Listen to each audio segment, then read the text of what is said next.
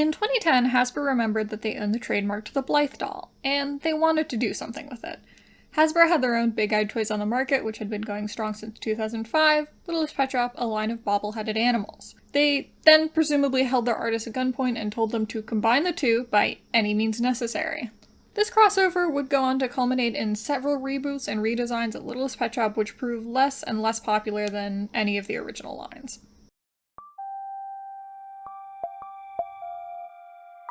Hello, artists, and art appreciators. In short, today I'm going to redesign the Blythe Littlest Pet Shop crossover / reboot. I'll explain more about it and the history of it and its many iterations as I go through the speed sketching, drawing, refining, and 3D modeling my version of the toys for the line.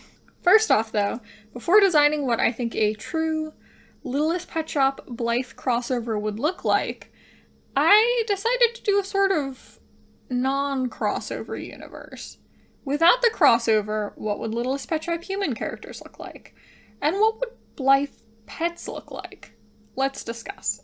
For reasons I'll discuss a bit more later, humans aren't that cohesive with the original line of Littlest Pet Shop characters, but it makes a certain amount of sense to introduce them just because, like, why not? Company want money, etc. Humans aren't pets, but neither are dolphins, so kids could play with that Littlest Pet Shop human by having the human bring their pet into the vet, or buy a pet at the pet store, or, I don't know, maybe they're raised by gorillas like Tarzan. There are a lot of play opportunities, is what I'm saying. Humans only appeared in Littlest Pet Shop in a couple of board games, one in the 1990s with childlike characters to play with, and one in the 2000s called Mall Madness with characters who look like horrifying Powerpuff Girl fish-eyed adults because gender. For my human design, I went with a miniature doll around the same size as Littlest Pet Shop characters, bobblehead and all. The character has sculpted on clothes because I think at this side it would be too hard to make nice clothes, and I just really don't like the rubbery Polly Pocket type clothes that the modern like LOL mini dolls and Yummyland dolls have, although I think the proportions would be similar. The focus should be on the dolls as characters in a playset or something like that, not as dressing up so much, and there could just be a couple of fabric accessories that you could match with the clothes, but that can also work with the pets. Although Littlest Pet Shop is marketed as a girls brand, I thought it was important to try and make the dolls more young and sort of gender neutral. It's something I always really liked about the line was that animals themselves are fairly gender neutral and not like overtly bright and pink, which was something that I personally liked as a child about it. If you don't know about Blythe, she's a doll from the 1960s that was discontinued nearly immediately, but gained a surge in popularity and a cult following after the Japanese company Takara borrowed the license in the early 2000s to reproduce them. For the Blythe pets, because Blythe never actually had a pet, I had a little bit of trouble figuring out a design that I felt was interesting, aesthetically pleasing, and just like worth existing. I didn't just want Blythe's face on a pet, and I didn't want something that was just like a Barbie pet or like a Pinky Cooper ripoff or I don't know, something like that. At first I wanted to flatten out the face like Blythe, but I felt like exaggerating another feature would be more interesting. There's a series of toys called Sweetie Pups released in 1989 that this design took some inspiration from, with the rooted hair running all the way down the back. I'm not sure if Blythe's dog would have posable limbs like she does, but that might be fun as well, since many doll pets don't include that. After I was happy with the designs, I made these turnaround 3D models for both of them, which was especially necessary for Blythe's dog because of its big eyes, and it made sort of the vibe of the dog more clear, I think, than when it was a 2D image. And the Littlest Pet Shop human was basically exactly how I thought she would look. She's not that complicated, but she really doesn't have to be. I think she looks like she would fit in with the original Littlest Pet Shop line. With those designs all complete, I'm going to show you my redesign process for the Littlest Pet Shop Blythe reboot collaboration while talking more about my thoughts about the line as it existed and where it ended up going. I have kind of a love-hate relationship with the Blythe Loves Littlest Pet Shop line. On one hand, it's kind of sloppy, it feels, with like really incongruous designs that sort of feel like they detract from the reputation of either brand. On the other hand, I do think the designers went like above and beyond to create designs that were as cohesive as they could possibly make them. I don't even like the design of the Littlest Pet Shop spider, but I really do like the Blythe set Fabulously Vintage, because clearly a reference to the nursery rhyme Little Miss Moffat. The UK theme Sightseeing Cute Pack with the Scotty dog with the little hat and iguana with sneakers is really adorable, and who doesn't love the black and white sets where the pets are all black and white and there's like a single pop of color? That's really fun. My 3 main issues with the entire concept of Littlest Pet Shop Blythe are as follows. Number 1, incongruity of aesthetics. They're just too different, and they're also not really, like, recognizable because Blythe wasn't really an entity that was, like, in the public sphere at the time. I don't even really know if she is now. Obviously, they're sort of 2 different lines that they're collaborating and combining together, but because of the fact that Blythe doesn't really have a presence outside of it, I think that makes it look even more off-putting.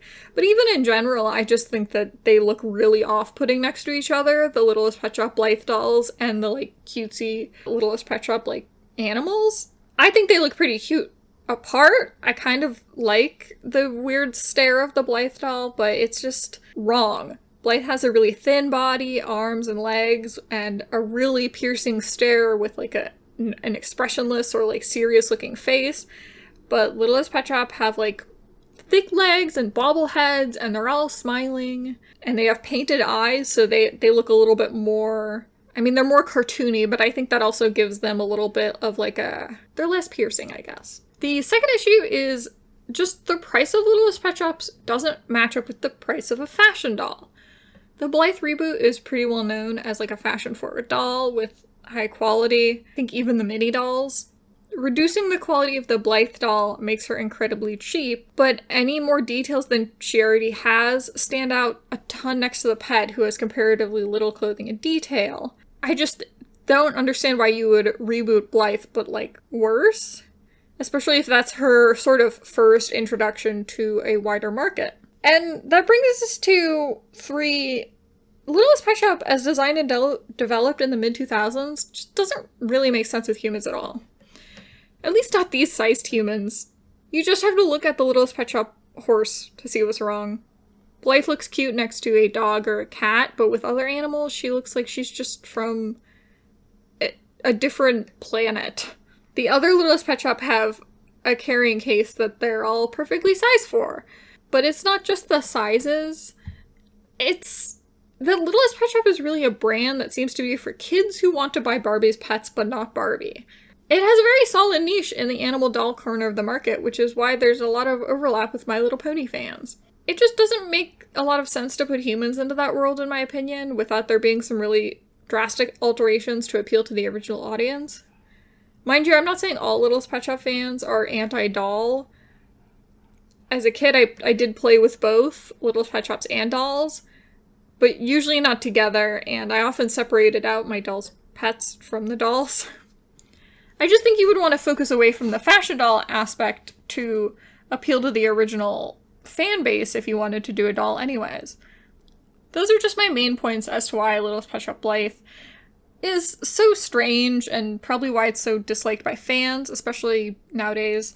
But I have some other points of criticism for the brand as well. The Blythes all use the same body and head molds, presumably to match the original mini Blythes made by Takara. I actually don't know if it's the exact same sculpt. I couldn't find information on that. It might be. But I think this lends a sameness to the line, which frankly is not helped by the fact that they have, like, 2 skin tones, and the slightly darker tan one is often paired with this very odd pale lipstick that makes her look like a doll from 1960 instead of 2010. But racial insensitivity is kind of like a keystone of the TV show, so don't have high expectations for the line. The lack of diversity also shows in the prominence of light eyes and straight hair, although generally speaking there is kind of a dearth of unique or interesting hairstyles, partially because of the size of the dolls. But given that the pets themselves are so unique and have so many unique molds and shapes, it just feels wrong that they're sort of like matching dolls.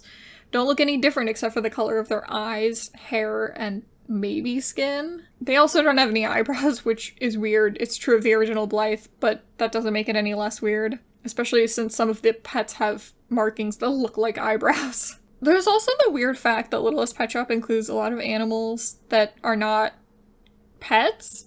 This isn't as noticeable in my opinion when there aren't any humans around, because, like, of course your animal friends can go and talk and run around with wild animals and whatever. However, when it comes to dolls and sort of the later show, I'm sort of uncomfortable with the way they show exotic animals as pets. Exotic animals means non-domestic animals like lizards, skunk, mongoose, pandas, and monkeys. I wonder why I mentioned those ones. Now, do I think someone is going to go out and try and buy a panda? No. That would probably be like a federal international crime. But there's a serious and real phenomenon of people purchasing pet monkeys who go on to suffer a lonely life where they aren't able to see other monkeys or fed the right food or so on. Not every exotic pet suffers in captivity. I have a pet snake who was born in captivity, but snakes are very solitary, so they are usually pretty comfortable not having any friends, at least ball pythons. Still, she needs really specific care, like heat lamps, substrate, place to climb on and hide under, and so on. Having captive animals, monkeys and chimpanzees, sort of normalizes this in my opinion. It just feels really, weirdly regressive. Especially since we aren't so far out from these things being legal in many places. I mean, also, the global pet trade poaches hundreds of cheetahs per year to be sold as pets, but that's a whole other thing. Anyways, speaking of animal-related crimes, they committed the worst offense of all with the styling safari line.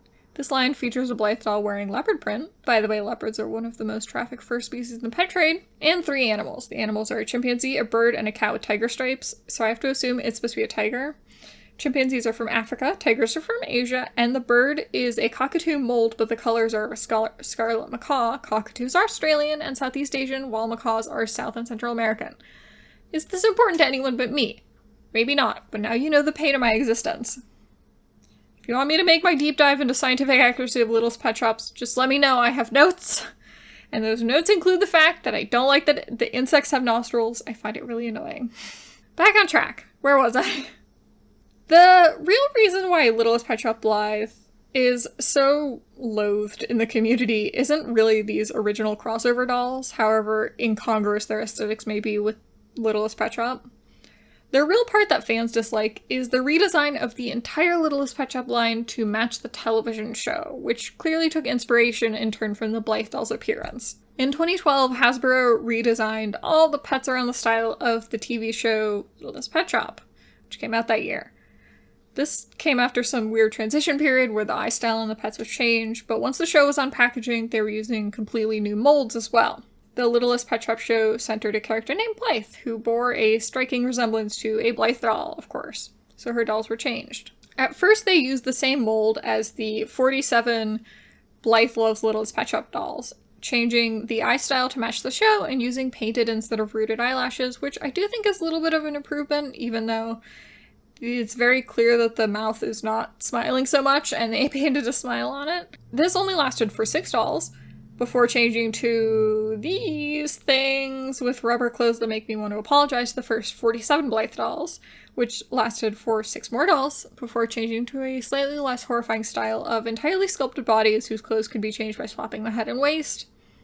As I said earlier with my Littlest Pet Shop doll concept, I do think sculpted clothes are practical for a miniature doll, but that essentially sacrifices the fashion feature, which is fine unless your character is explicitly made to be fashionable, which is kind of Blythe's whole thing.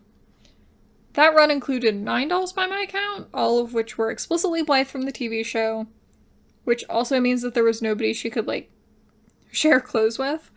And also, since most sets came with one head and extra body pieces, any buyer would just end up with an extra headless body lying around. This is solved in a lot of swappable piece doll lines by selling extra heads, like Bratz Head Games, or including a second character head, like the Polly Pocket Polly Pop and Swap. But yeah, there was no solution to that in Blythe. It's just, you have multiple Blythes, I guess, with multiple bodies, but they don't have heads because, yeah. The final iteration of the Blythe LPS crossover had the same head and sculpted torso with fabric skirts, and included 2 Blythes and 2 characters from the TV show, Whitney and Brittany Biscuit. That appears to be the only other characters officially named that they made dolls of, as far as I can tell. It's the redesign of the pets that is really reviled by fans. I'm not going to go into that in detail, mostly because those are really well covered by many of the people who talk about Littlest Pet Shop on YouTube. Suffice it to say, they suffered similarly to Blythe. For a lot of people who grew up with Littlest Pet Shop, this felt like a cheaper knockoff version. The toys had less detail and less overall balance.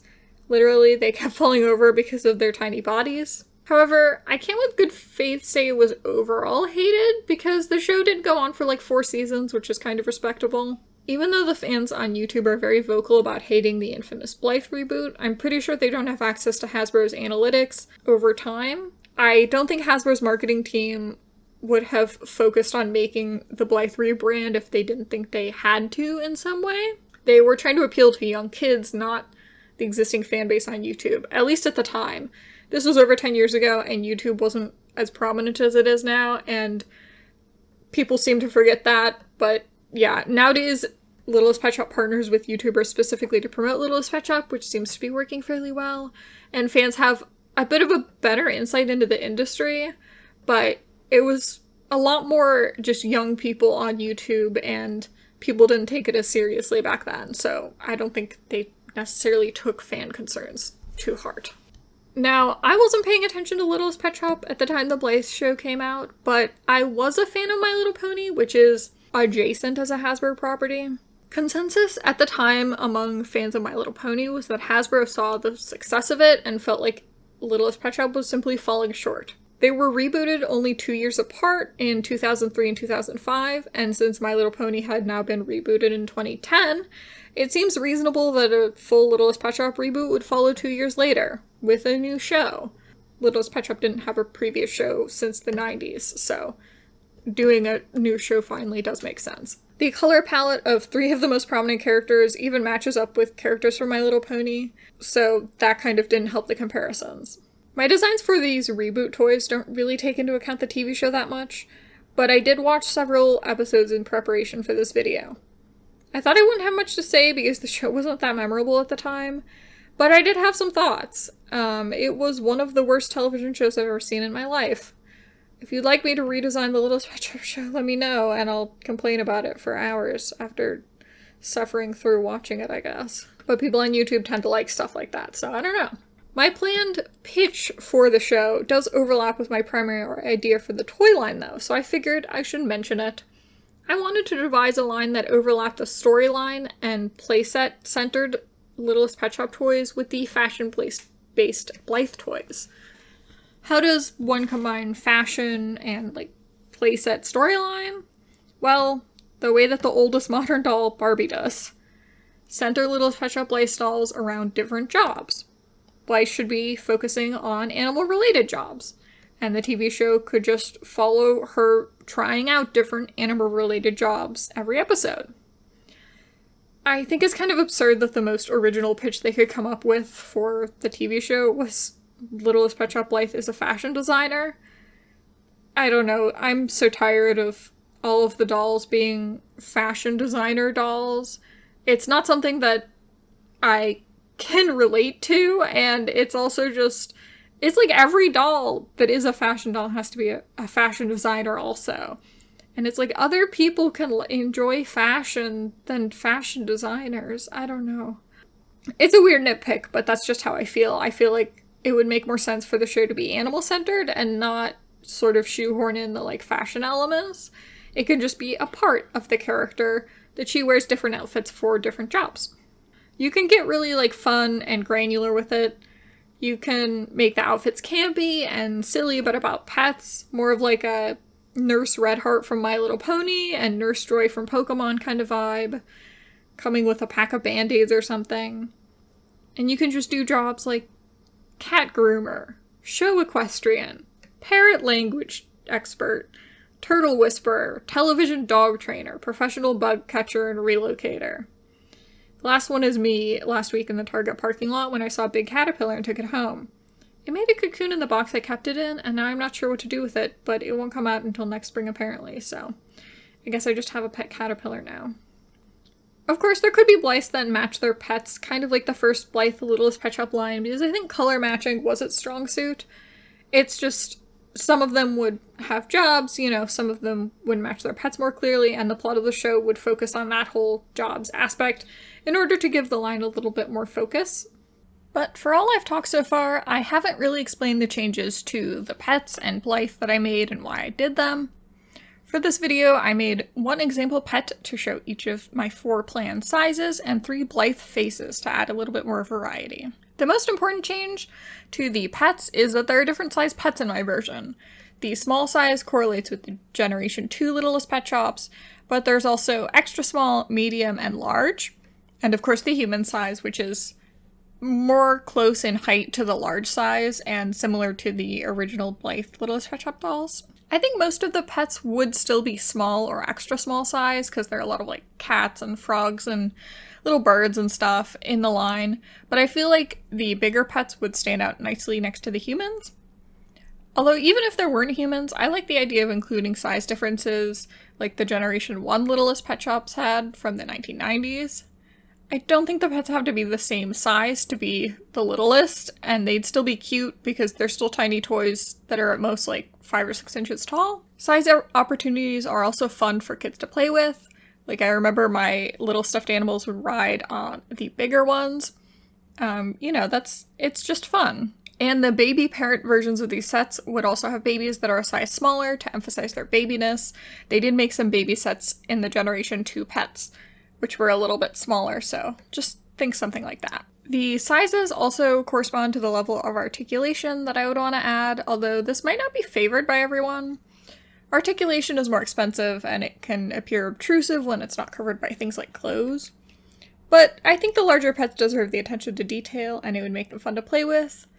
And I personally like articulation, so at the very least the large-sized pets like the horses, but also other hoofed animals and big cats or like bears would be large too. I just focused on more like pet-type animals for my examples, except for the ladybug, which I did just because I think it's fun that there are bugs. Ideally, my design would have inset eyes with painted lashes for all pets and humans, which sort of match in eye style. The eyes are sort of oval shape, which kind of mirrors how the Blythe dolls have eyes.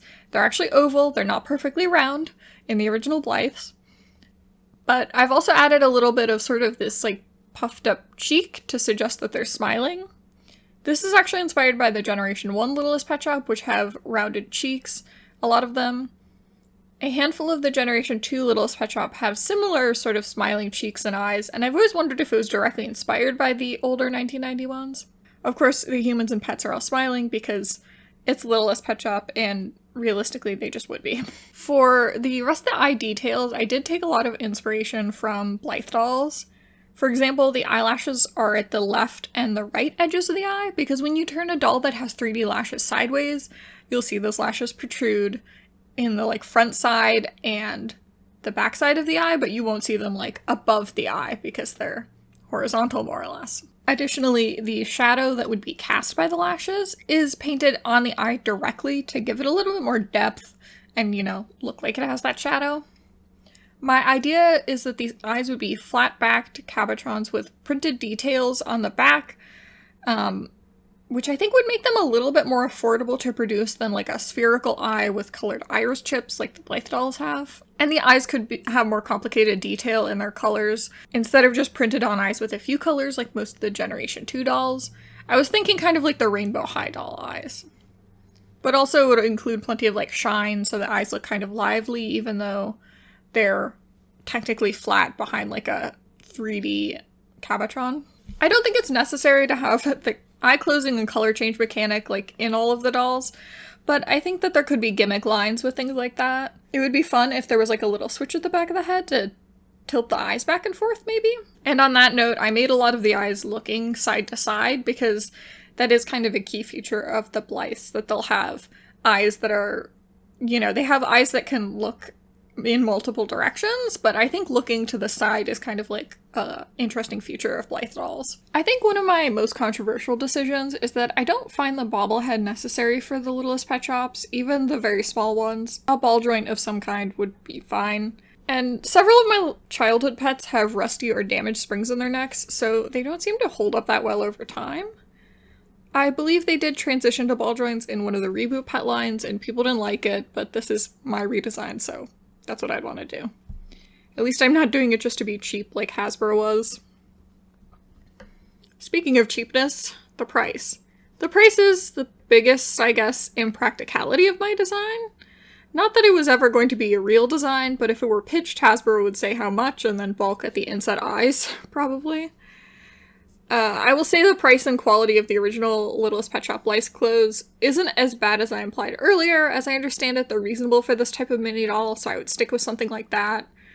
But the other details, like some of the articulation and the inside eyes, would probably not be favored if the pets were more complicated. The thing is, I'm not so full of myself that I think I'm actually better than toy designers at Hasbro. I'm doing this for fun as a creative exercise, and it's not going to be made into an actual doll. Actually making a doll at a large company like this is going to involve going through layers of people telling you what to do and what not to do, marketing, executives, other artists, playtesters, factories, and so on. I'm sure there are people at Hasbro that could blow my designs for Littlest Pet Shop Blythe out of the water, but I don't think that they had a chance to experiment all that much. I said earlier that the reboot pets felt like cheaper and knockoff versions to some people, and that wasn't like an accident.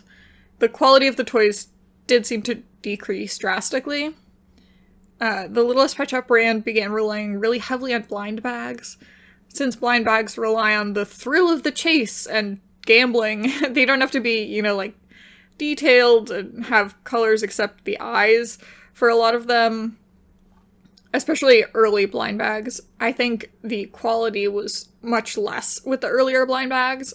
They can just produce, like, the simplest possible thing and rely on the excitement of mystery to get kids to buy them.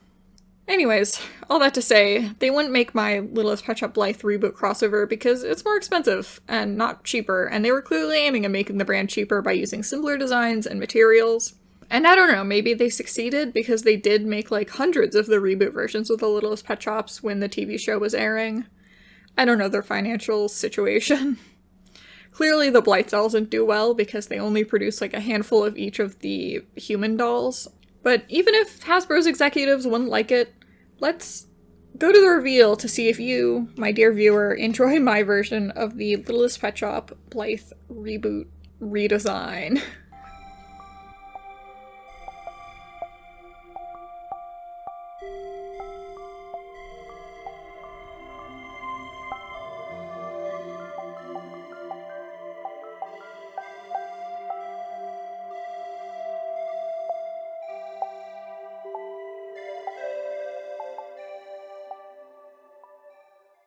So I hope you enjoy my Littlest Pet Shop redesigns. I'm really happy with how a lot of them turned out, especially the horse, which I feel didn't turn out to My Little Pony or Wildmane's. I like how my Blythe heads turned out, even though they have such flat faces, it was really hard to sculpt them. I just instinctually want to make their heads more round, but they have those flat faces because they have such big eyes.